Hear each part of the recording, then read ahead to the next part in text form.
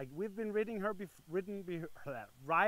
before, bareback, in a bareback pad, and she has had the saddle on and everything seems to work great. So now we're just gonna give her the first ride and see how it goes. So I'm just gonna saddle her first, and meanwhile I would like to bid you all very much welcome to live. My name is Mikkel and I'm the gup with the hat. I'm also a horse psychologist and a teacher of partnership between horses and humans. Maybe you can call me a partnership therapist as well for horses and humans, because that is what I travel around the world doing, helping humans connect with people. So I do have a tiny little message for my Swedish peeps. Isn't that what the young kids say? Peeps? No? No young kids. I have a young kid here who says that's not what young kids say. So for my Swedish people, då har jag ett meddelande. Och meddelande är så här att det kanske är så att någon har missat att det faktiskt finns ett pre-sale på min nyaste bok inne på vår hemsida. Där du kan köpa boken, spara frakten och sen så fort den är klar att skickas så skickar vi den hem till dig. Men gå in på hemsidan och kolla på den. Ett annat meddelande, och det är också till mina svenska vänner som bor i Västra Götaland. På lördag åker jag upp på ett litet roadtrip till Västra Götaland. Där jag ska upp och hjälpa några människor med att skapa ett partnerskap med deras häst. Och då är det så att lördag eftermiddag / kväll, då har jag plats från klockan 3 någonstans i Västra Götaland. Har jag plats till att hjälpa någon om det är någon som har behov av hjälp. Och annars hela söndagen har jag också möjlighet för att hjälpa någon. Och då kan det vara antingen Västra Götaland och så över Jönköping och vägen ner där. Eller Västra Götaland över Göteborg och sen vägen ner där över Halland. Och så hem över söndagen. Så skicka ett mail eller skriv ett meddelande. Kanske slänga en kommentar iväg här. Om det är så du önskar att jag ska komma hem till dig och hjälpa dig och din häst. Antingen med lite psykologiska beteendeproblem eller något sånt. Eller om du vill ha hjälp och coachning till att förbättra partnerskapet och samarbetet med din häst. Good, det ser fint ut där. Då ska jag på den andra sidan. Annars så vet jag att Santin, hon bara älskar morötter. Hon gav mig en hel sån berättelse i morse när vi kom ut och hälsade på henne. Så sa hon att du Mikkel, vet du vad jag älskar nästan mest av allt här i världen? Och det är morötter. Så släng gärna lite morötter iväg. Annars så kommer vi att byta över till engelska igen. So, back to English for my English peeps. I like that word. English speaking people, all my friends out there. Please send some carrots, some apples, or whatever you can find in the emoji that horses like, and throw it into the comments.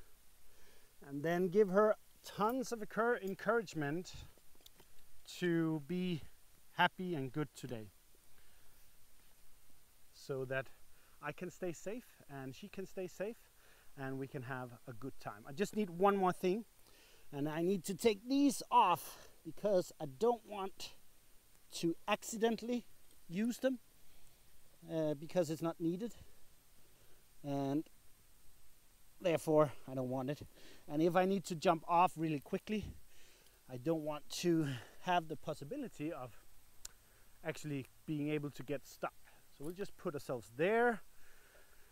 And now I need this one, and then it's time for warm-up.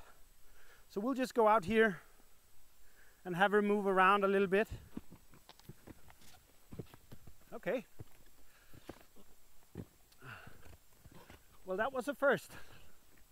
So let's just get it out of the way, young lady.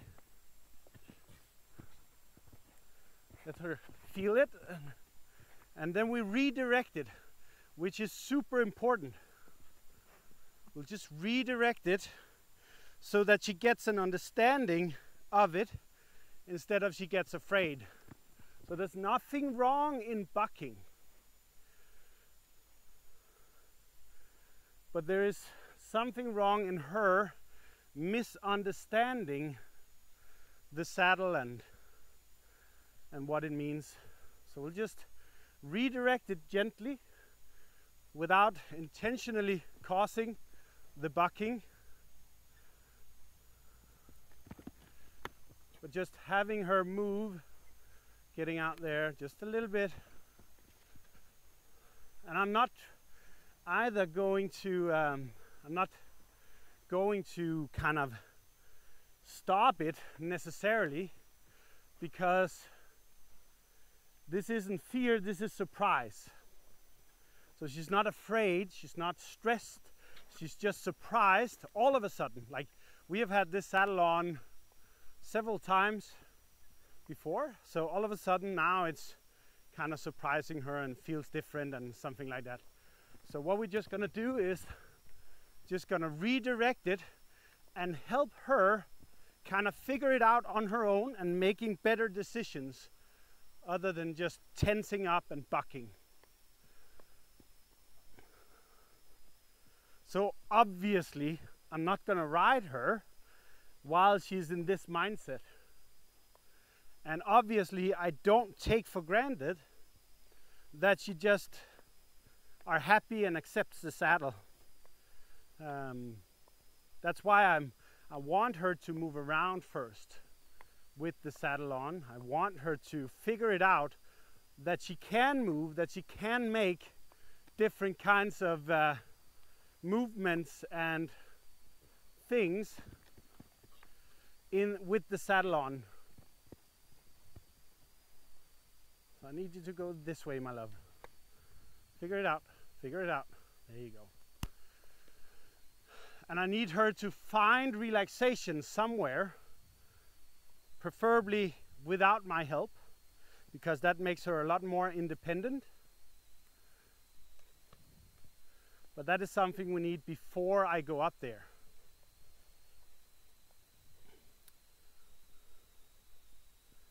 There we go. So just giving her time, movement, getting her breath going. There you go. Now something's happening. Yeah. So now I'm saying, can you come here, my love? And reinforcing that relaxation she just gave me there. Without adding pressure, without adding demands or anything. Just allow her to figure it out and relax. So I'm just going to loosen it on the other side. I'm going to be very sandy today.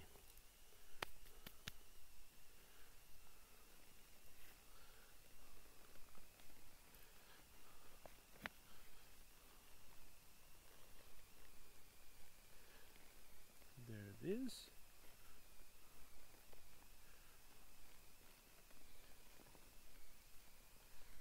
There we go. And then I'm going to tighten it on the other side, so that it's more even, and that makes it a lot more comfortable for her as well. There we go. Great. See, I'll just tighten the back cinch a little bit, and I do it in time with her breath. Now you can't see it, but I do it in time with her breath. So there, she got frightened of the cinch. So we don't want her to do that and get that. We want her to relax with it. So I'm actually going to loosen this up a little bit and then have her move. That was maybe too much. So I'm going to loosen it on the other side, so it's even there as well. And then have her move a little bit more.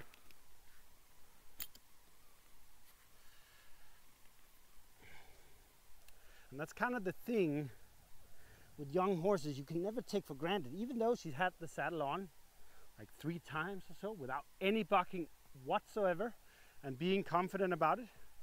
You can't really take for granted that it's happening. That's why it's an ongoing process, this starting of horses, to really getting them to a place of relaxation and understanding, and there through that acceptance.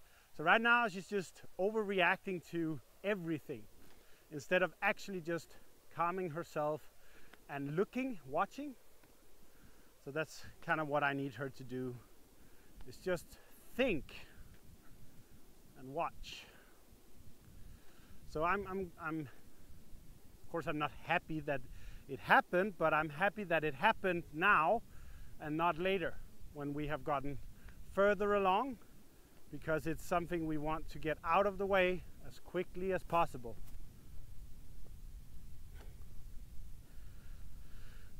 So now again, we just need her to find relaxation. Find relaxation. And relaxation is not standing still locking up like she tends to do.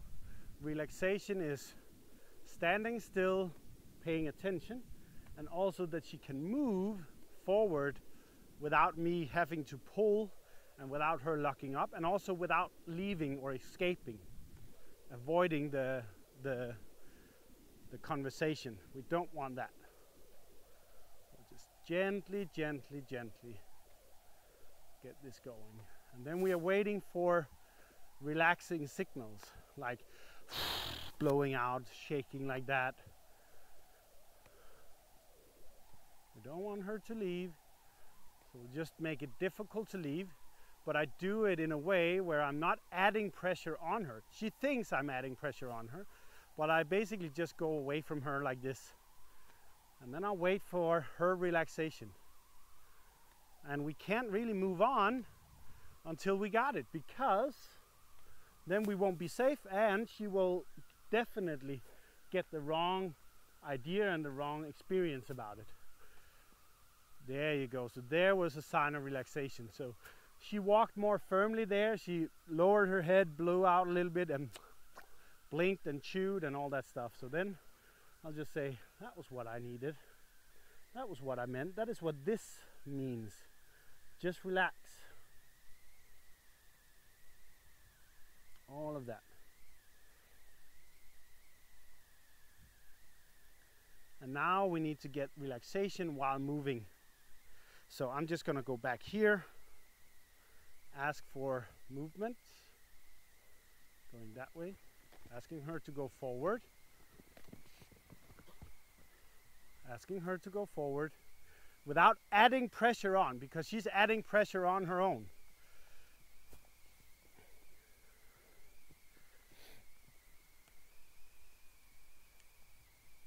I'm just asking her to go.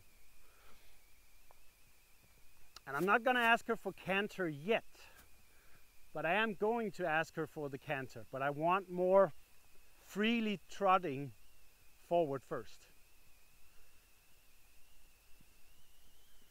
Yeah, it's just a little bit. It's also the first time she's kind of alone. She usually have her friend with her, and there's a camera here, and like a lot of things are happening, but it's all part of the big master plan of getting her seriously confident with everything. And this is to be expected. It's not wanted, but it's to be expected with the type of personality that she has, and also with the level of experience and knowledge she has.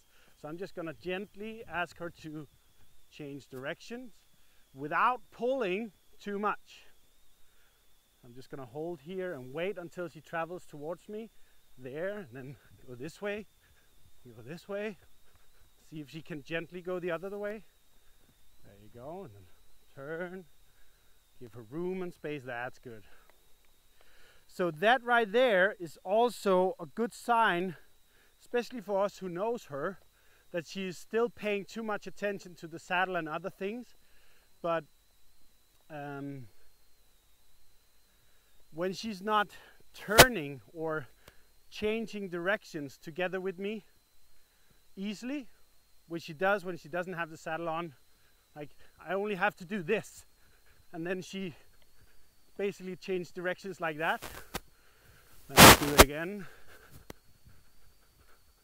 That means that she's still kind of paying more attention to the saddle and is tense instead of relaxed.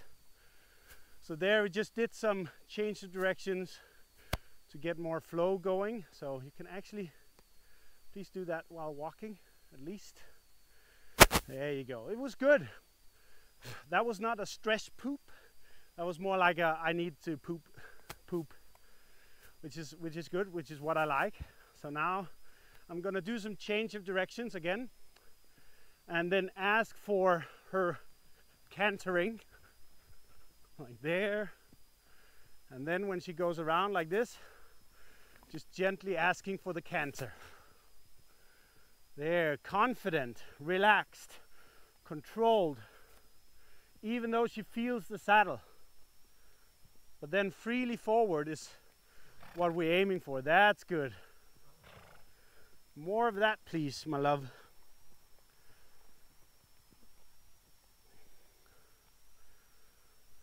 So there, even though I kind of wanted her to keep cantering, she went to trot. So I'm just going to do exactly the same as I did, to ask her to change directions. And then while she goes out on the circle again, I'm just gently going to ask for the canter, like that. There, just reminding her. So, but without adding more pressure and not driving her around, I'm just kind of asking and guiding her into the more forward and canter, and helping her find this kind of relaxation. And that's what we need. That is what we want. So I'm just going to ask her, can you please come? Well, okay, you can go. There you go. Because I do need to tighten the saddle a bit more, but now we kind of got some relaxation going. And that is the first priority of everything. So while I'm giving her a little moment here and she's relaxing and I'm tightening saddle, maybe there's a question or comments or something? Yes? A comment? In English?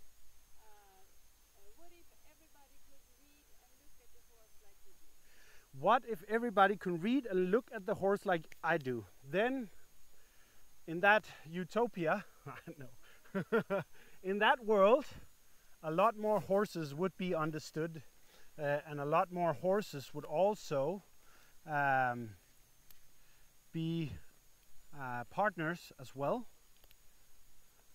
and I would be out of work, thankfully. Then I can start pursuing my other career, which I've dreamt of when I was a kid, to be an actor. So, but right now this is more important, to get this job going really well and getting the horses to feel like this and getting a specific experience out of it. So now I've just tightened the back cinch a little bit, and we'll just give her a moment again. But yes, that is my mission. That is why I'm writing a book, or writing more books actually. I've just finished the last one here, and it's on a pre-sale. I'm just saying again, go into the website. I'm gonna put a link in the comments to the actual page where you can do where you can buy the book and save the shipping. And it's so far in Swedish, but we're gonna make it and translate it into Danish, Norwegian, English, and all that later on. But that's why I write those books. The next one is gonna be about deep dive into the 4 pillars of cooperation, de 4 grundstenar for samarbete, where we are gonna do like a bunch of case studies where we are focusing on the 4 pillars and getting horses to be in a cooperative, constructive, positive mindset.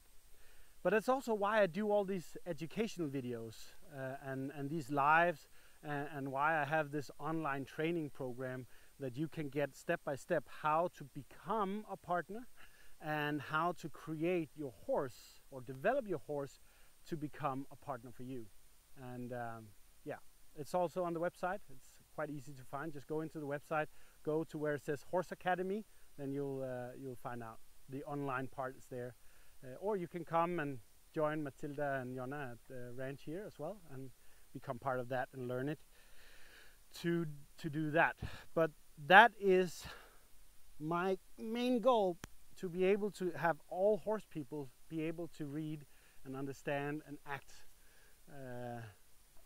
around horses like I do, because it's not difficult. It's quite easy. It might be different, but it's definitely not difficult. What is difficult when you go into therapy and trauma treatment and all that stuff. This is not difficult stuff that we're doing here. It's just simple starting.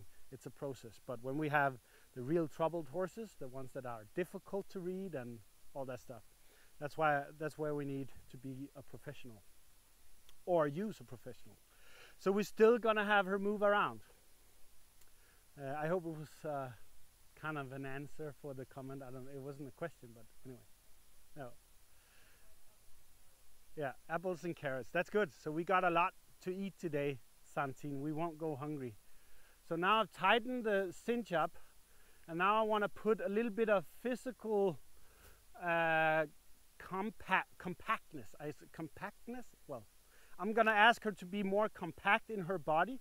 So I'm basically asking her to go backwards first and then move, just so that she can really feel the cinch. Now that she's a bit more relaxed, then we can kind of put that pressure on, or ask on her to think backwards more.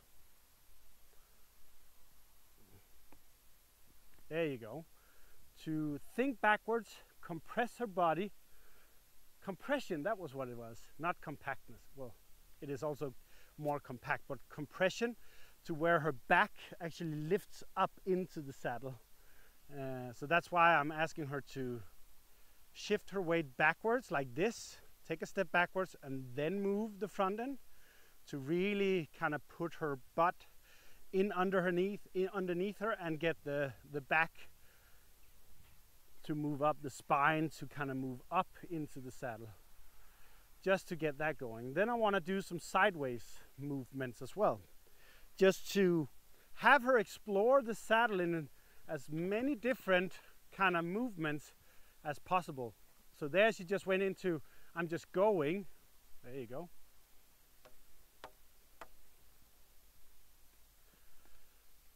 So I don't need to push her that much.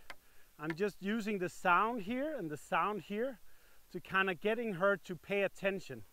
And then I'm looking for her to, when she's paying attention, then I can kind of guide her to say, it's that one you need to move, and you need to move that one there. So we'll just go back the other way. So again, I'm compressing her spine and getting her to sit on the hind legs. So there, I'll say there, and then we'll do this. Move the front end. There we go. And it's kind of the same here, that I want her to be moving her body in different ways to really explore that she actually can move while having the saddle on. Like this. I like it. Still want it to be more fluent. So now if you back up there, then I'm gonna go sideways towards you. Pushing her backwards, move the front end, and then go forward the other way. Let's see here. So here she's not, it's more the hind end I need to move, it feels like. It's more the hind end I need to move. You need to move quicker. There you go. Because she was a little bothered there. She was not scared, she was just, oh, it's getting closer and then I can't move, she says. So, but that's okay. It's part of her learning. There you go. part of her development. There you go. Super duper. So I'm not looking for perfection, I just want her to feel the saddle. And then I want her to go out and move forward as well with the more tight cinch that we have now. So I'm just asking her forward, and that was a good, nice trotting forward. She's even blowing out some air.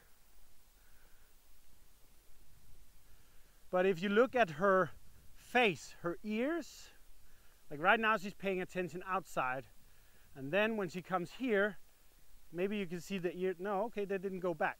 Well, they went backwards before, and that was because you paid somewhat more attention to the saddle and you. But this is nice. So I'm just gonna gently see if we can get the canter. There you go, nice.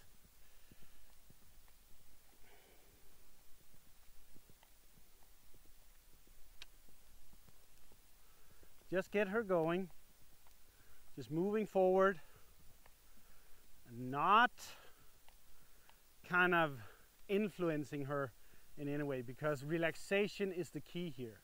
And then I'm gonna make a change of direction. I'm just slowly gonna move towards the fence. Okay, well, she did it on her own.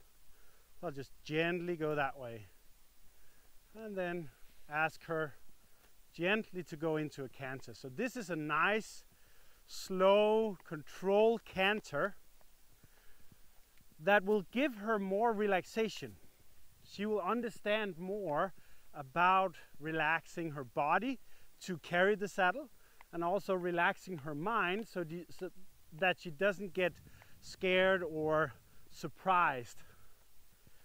So that's very good. And then when we have the relaxation there, I think it's time for us to, there you go. So, well, something was scary over there apparently. Could be an animal, could be something.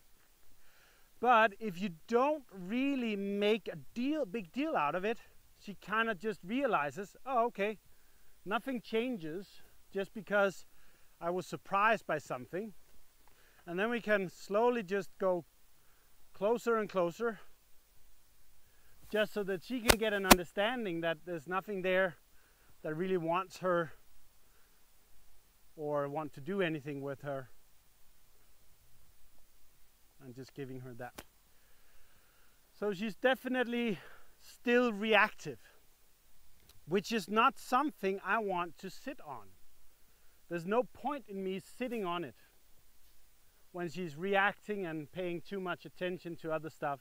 So what I'm going to do instead on this live here is I'm just going to get her really kind of paying attention to me and connected to me.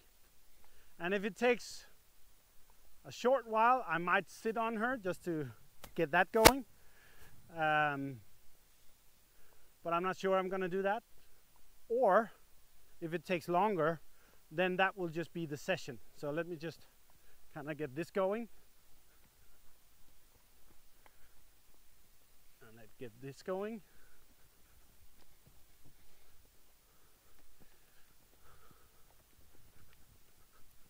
Oh, let's see. Let's see. Oh, let's see if she can change behind. That was almost a flying change, but she's crossfiring right now. But that's because she may feel a little restricted by the saddle, but let's give her some time and see if she changes her hind legs, or if, there you go. Nice. Nice. She could navigate through it herself, which I like, which I love, because she's a super talented horse. She has some very nice movements. She's very soft and smooth in everything. And she's also very talented in finding her leads on her own. And by leads I mean the right canter or the left canter. So there, I'm just gonna do some changes of direction. See if we can get her more connected to me by changing directions without adding pressure. So there, come on. So again, let's see.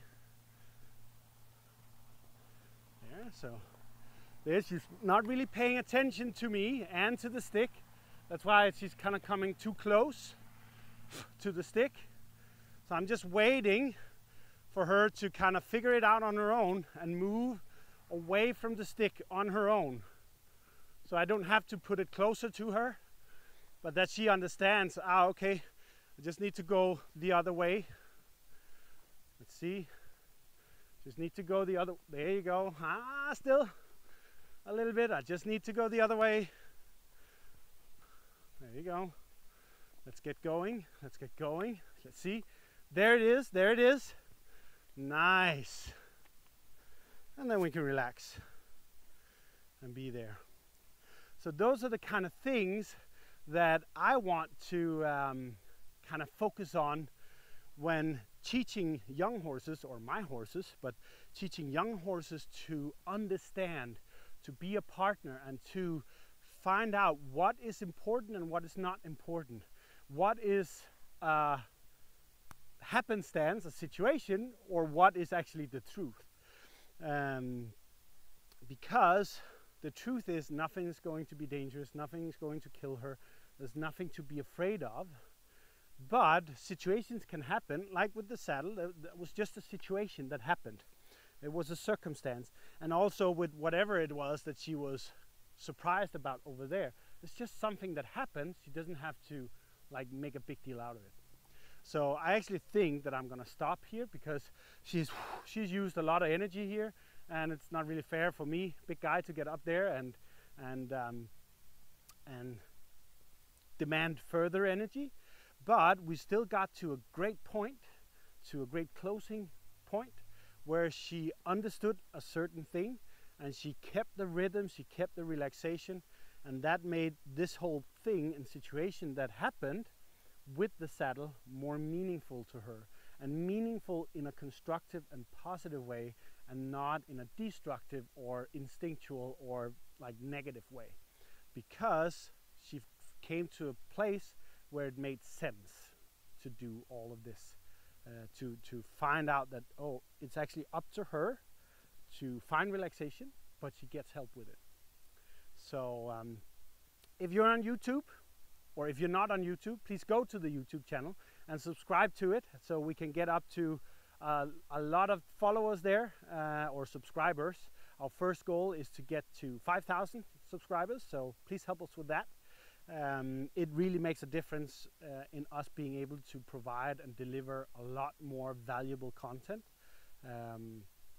And also share this video with a lot of your friends in different Facebook groups, or just send a link to somebody you care about who kind of maybe have a horse that's like this, that could use this kind of knowledge, and go out and try that. And I don't know if there's some questions or anything. No? Well, then I think we'll just stop here. And with the encouragement, or the kind of opportunity that you now have, who are watching this, to go out and actually make a difference in your own horse or to other horses. And that is by sharing, or it's by doing, like making the change, making the difference in your own relationship with your horse. And then, like the kind of comment slash question thing about being able to read horses and act horses and understand them like me. Just observe, study horses, study horse behavior, listen to interesting and knowledgeable people about horse behavior, and observe how they act together, how they act in like a training situation like this, and then store it in your memory, and then make a difference there as well, because then you can actually be the one going out there and make a huge difference for other people and other horses. And I didn't even do anything about it. And that is my dream, to have people out there so that I'm not needed as much as I unfortunately feel like that I am, especially in the rehabilitation of horses that has trouble, unfortunately.